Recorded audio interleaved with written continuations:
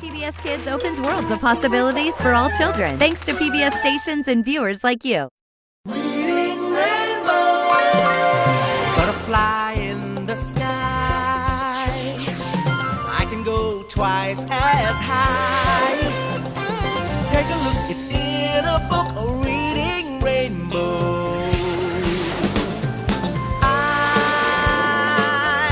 I can go anywhere. Friends to know and ways to grow, a reading rainbow. I can be anything. Take a look, it's in a book, a reading rainbow.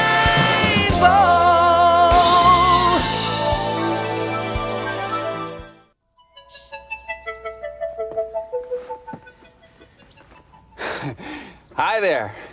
I hope you're ready for an unusual adventure.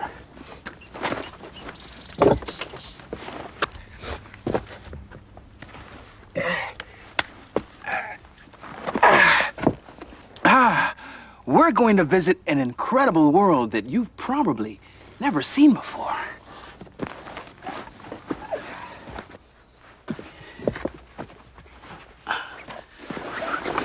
We're here in Calaveras County, California, where hidden deep inside the earth are a series of fascinating caverns that have been carved out of limestone.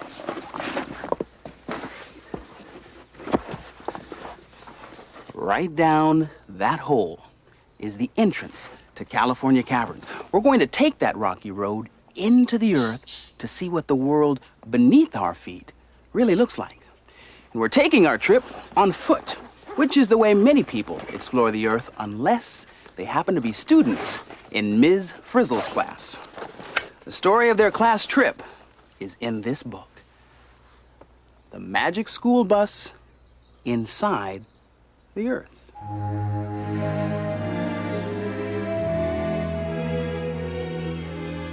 The Magic School Bus Inside the Earth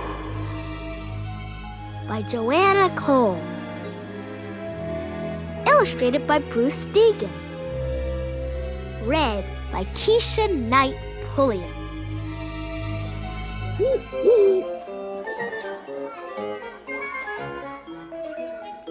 In Ms. Frizzle's class, we had been learning about animals' homes for almost a month.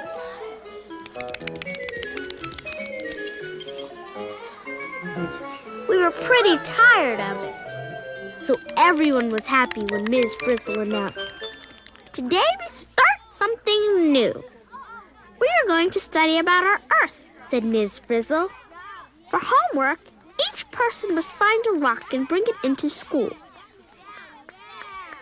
But the next day, almost everyone had some excuse. "I guess we'll have to go on a field trip and collect rocks." Never know what'll happen on a trip with Ms. Frizzle. Her new dress was a trip in itself. We drove to a field, and suddenly, the bus began to spin like a top. Whoa, I'm getting dizzy. When it stopped, we were all wearing new clothes, and the bus had turned into a steam shovel. There were shovels and picks for every kid in the class. "Start digging!" yelled Ms. Frizzle, and we began making a huge hole. "We'll dig all the way through the Earth's crust," said Ms. Frizzle. Before long, we hit rock. The friends handed out jackhammers. We began to break through the hard rock. Ms. Frizzle explained that each stripe we saw was a different kind of rock. The tan rock was called sandstone, the gray stripe was shale, and the white rock was limestone. We chipped off pieces for our class rock collection. "These are sedimentary rocks," said Ms. Frizzle. "Millions of years ago, they were formed as sand, clay, mud, and shells got crushed down into the sediment or bottom of the sea. There are often fossils in sedimentary rocks. Wow, fossils! You know what?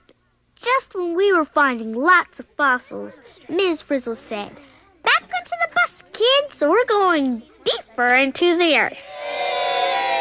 We heard rock crumbling underneath us. Then we were falling and falling.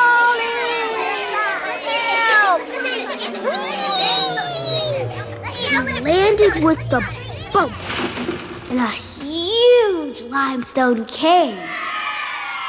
"Rainwater has been dripping down through the earth for ages," said Ms. Frizzle. "The water wore away this cave in the rock." She also said that the cone and icicle shapes were formed by dripping water containing tiny bits of limestone. Suddenly, the bus sprouted a drill and started boring through the rock. Frizzle shouted, "Follow that bus!" And down we went, further into the earth. We passed metamorphic rocks that were changed from one kind to another by heat and pressure. Then we hit igneous rock that was formed billions of years ago from a pool of melted rock under the Earth's surface. We had dug all the way through the Earth's crust. We got back on the bus and zoomed toward the center of the Earth. And then we headed out again. "Isn't this wonderful?" said Ms. Frizzle. "We've driven right up onto a volcanic island. This whole island is one big volcano." We were nervous, but Ms. Frizzle made us collect some rocks. She said they had all hardened from melted rock that had come out of the volcano. Then, suddenly we heard rumblings from below. We scrambled into the bus. The Frizz turned the ignition key. Nothing happened. The bus would not start. We thought we were goners. Oh no! Red-hot lava came streaming out of the volcano. It flowed over the land like a river. Our bus went along with it, right into the sea. When the lava hit the water, it made a huge cloud of steam. We seemed to be rising with the steam and floating along. When it finally cleared, we were back in the school parking lot. Do you think the Frizz will want reports about our field trip? Probably. There is always rock under you, by Shirley. Most of the rock in the Earth's crust is covered with soil or water. But if you dig deep enough, you will always find rock. Where do rocks come from? By Wanda. Most of the solid part of the Earth is made of great masses of rock. Small rocks are just pieces that have broken off. The Earth's Crust by John. The outside of the Earth is a shell of hard rock and soil. This shell is called the Earth's crust. What are rocks made of? By Tim. Rocks are made of minerals. Sometimes you see tiny specks in a rock. These specks are minerals.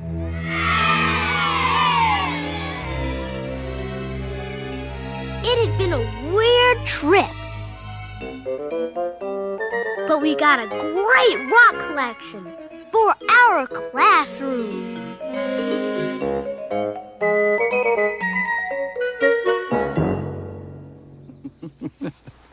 Well, after that great story, I'm ready to go. As soon as my guide gets here, I'm gonna explore this cave. You know, I'm really excited about this, and I gotta tell you, a little nervous too. Caves are so dark and mysterious, scary. For all I know, practically anything could be in there. What do you think we'll find in this cave?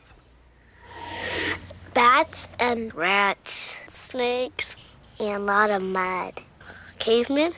The, like spike things that come down. Gold. A troglodyte. Stalagmites. An alien. A monster. A big dragon with green slime all over him and sharp teeth. I don't think I'd want to be caught in the dark with some of those things. Maybe this is not such a good idea after all. Did you hear that? Suzanne! Hi, LeVar. This is my friend Suzanne Dennis, and she's going to be my cave guide today. So, Suzanne, I'm ready. Here we go.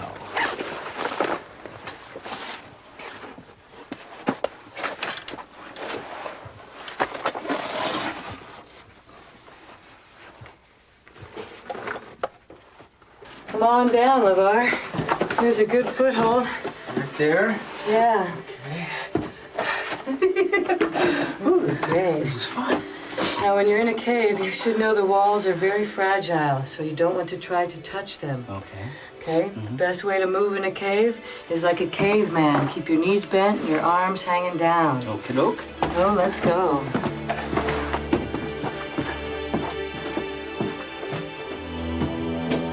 These walls are all marble, LeVar.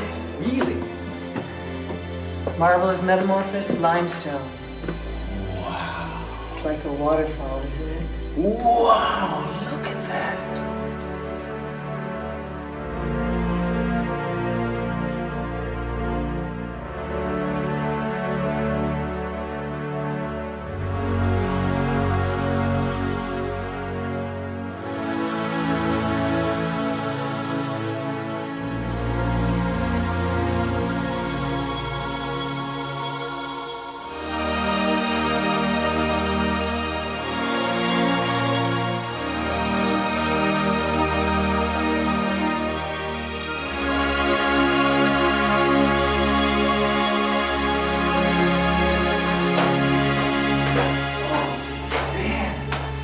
I was not prepared for how beautiful this is. Isn't it great? Whoa!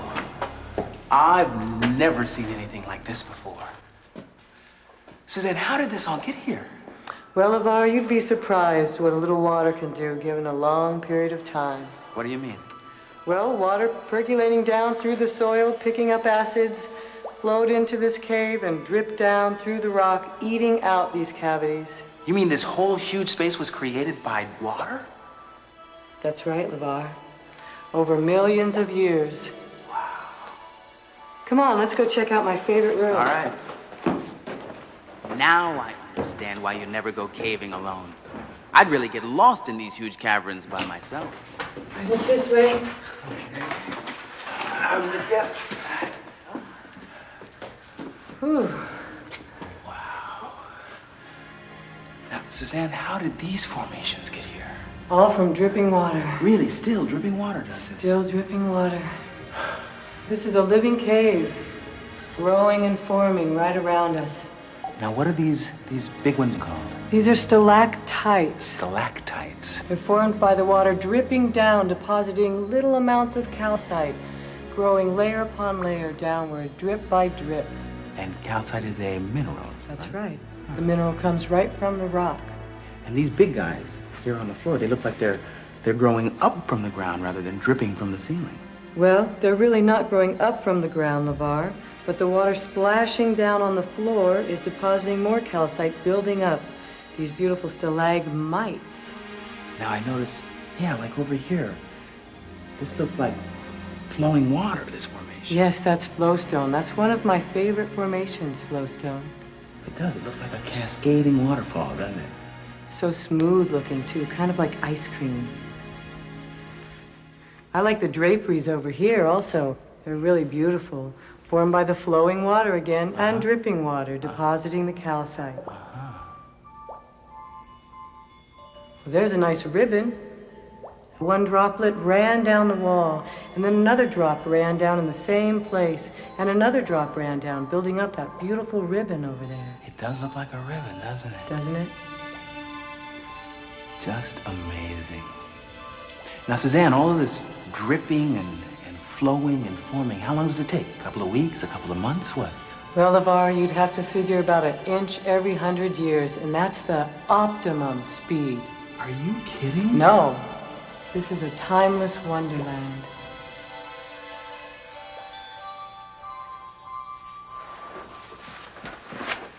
It's a good foothold right down here. Right here? Yep, great. Okay. Whew. Well, looks like we've hit a dead end here, huh? Not necessarily. Today we go right down this hole.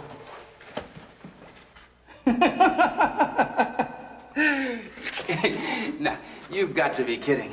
You know, I think I see a nice passageway right over here around this bend. That'll be good to take with.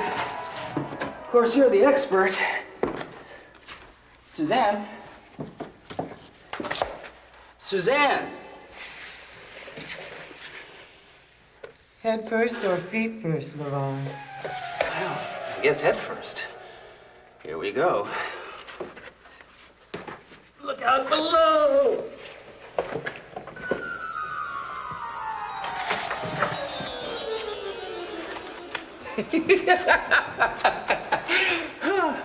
Boy, this is fun. You know, I think I'm beginning to get the hang of this, Suzanne. Suzanne? Just follow the music, LeVar.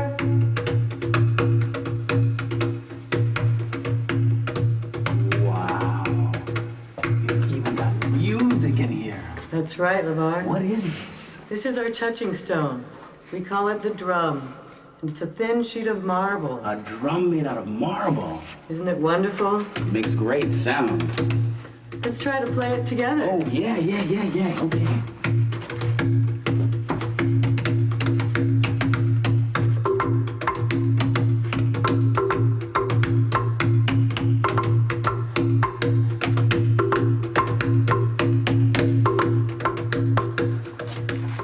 On up here. Isn't this beautiful? Oh, I like this place. This is one of my very special little spots. Now, what are those? Those are the soda straws. Soda straws. That's right. And when a droplet falls from the ceiling, it leaves a tiny ring of calcite. Ring upon ring, build up these tubular stalactites called soda straws. Soda straws. It's so delicate looking. It is very delicate. All these formations are very, very delicate. The slightest bump would shatter them. I found some broken ones in here, and I kept them in a nice spot. Yes, you should take your glove off to look at these. I can hold this? You can. I leave it in the cave. That way it will recycle itself back into the cave. Ah, there's the hole. Now I see why they call them soda straws.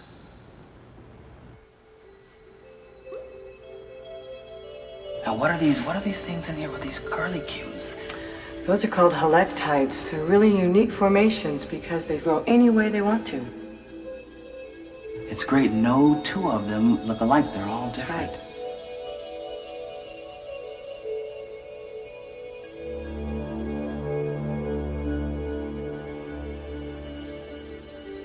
Those are some bottle brushes over there. They look like bottle brushes, Don't they? Yeah.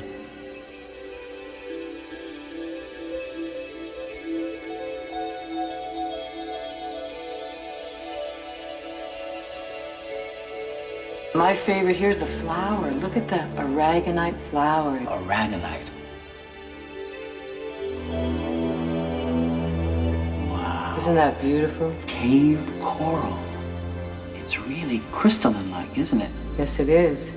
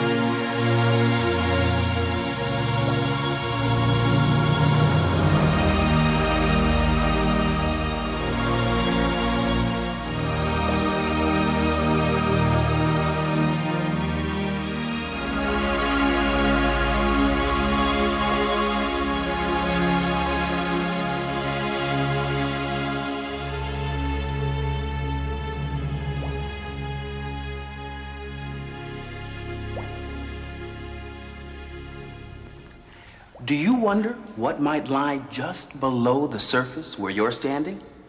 Well, you might find the answer hidden in the deepest, darkest corner of your library or bookstore. But you don't have to take my word for it. You probably think I'm in a deep, dark cave, but I'm not. I'm in the Reading Rainbow TV studio, and I'd like to tell you about this really neat book called Caves.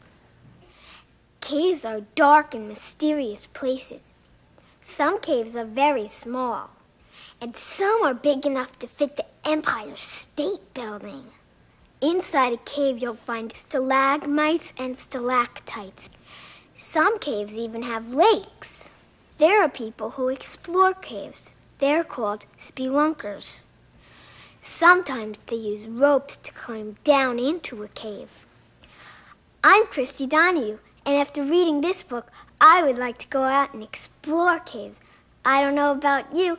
Read caves and decide for yourself. If you wanted to get to the center of the earth, how would you do it? You can't go by airplane, but you can get there with this book. How to dig a hole to the other side of the world. The boy in this book digs a hole to the other side of the earth, and he uses all kinds of weird tools to get there.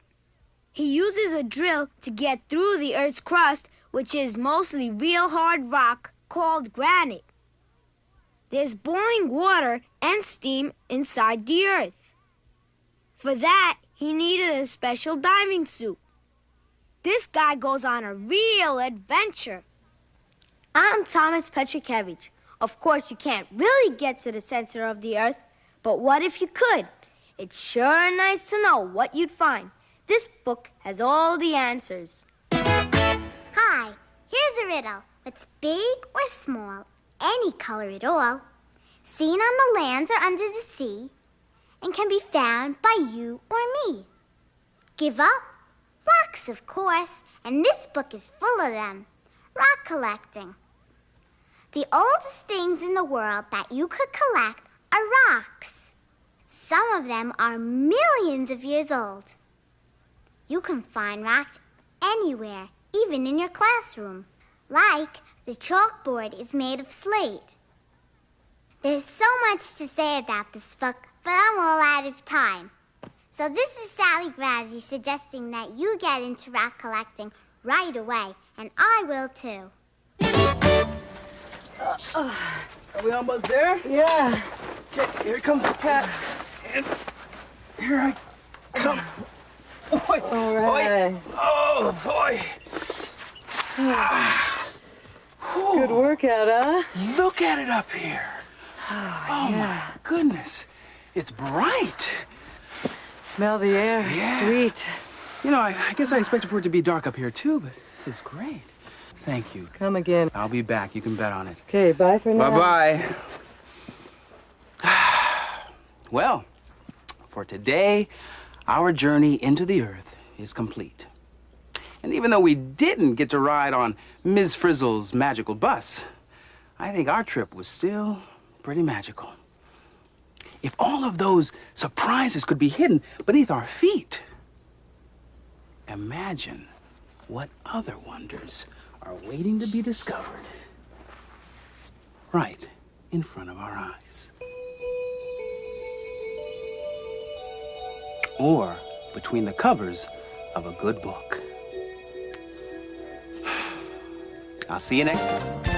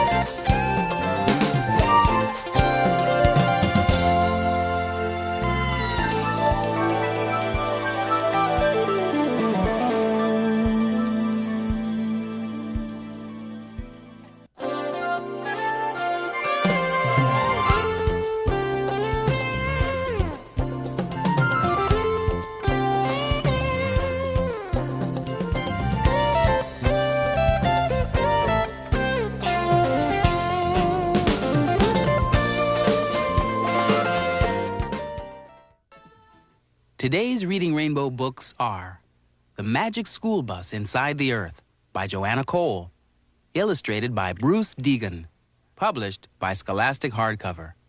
Caves by Roma Gans, illustrated by Giulio Maestro, published by Thomas Y. Kroll. How to Dig a Hole to the Other Side of the World by Faith McNulty, pictures by Mark Simont, published by Harper & Row. Rock Collecting by Roma Gans, illustrated by Holly Keller, published by Thomas Y. Kroll.